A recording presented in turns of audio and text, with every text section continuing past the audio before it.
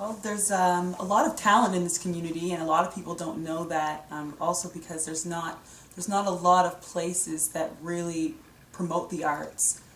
So I guess for myself, it's a really good opportunity for me to take it upon myself and find out what the youth want to do and come up with some different project ideas. Especially Kansas has been very helpful in getting different projects off the ground that get the kids involved in dancing and singing and that sort of thing. Historically, our community doesn't have a strong history in terms of written material. Back in 1783,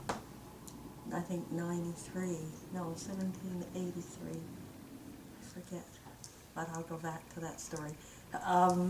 When the ship left New York and the Book of Negroes was, people were listed, very few people know that some of those same slave and free persons ended up here in Cumberland County, 1783 I guess it was, when they left New York. And from those from those original inhabitants, we have today many families who still bear those original names in this community.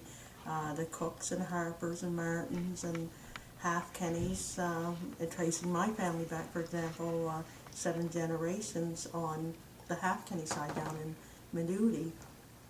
Some of the other little known history for our community is that there were slaves living here, and many of the colonels and captains that ended up living in River Hibbert and different areas who had names, had roads and highways named after them. They were slave owners, and when they did eventually pass away, they did grant their slaves freedom, and many of our relatives were those same slaves. That's little known history in our community.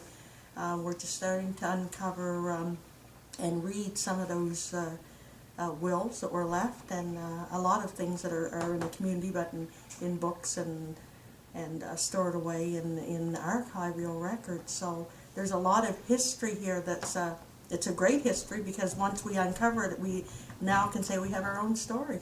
And that was something that has been missing, but hopefully our 225 year celebration will be able to share some of the things that we've uncovered, and and shows that we can certainly be very proud of the history and culture and how we've evolved to who we are today, and that comes out in our music and our art and so on and so forth. Some of the things that our families have passed on to us, that it's coming out now in a form of our cultural expression.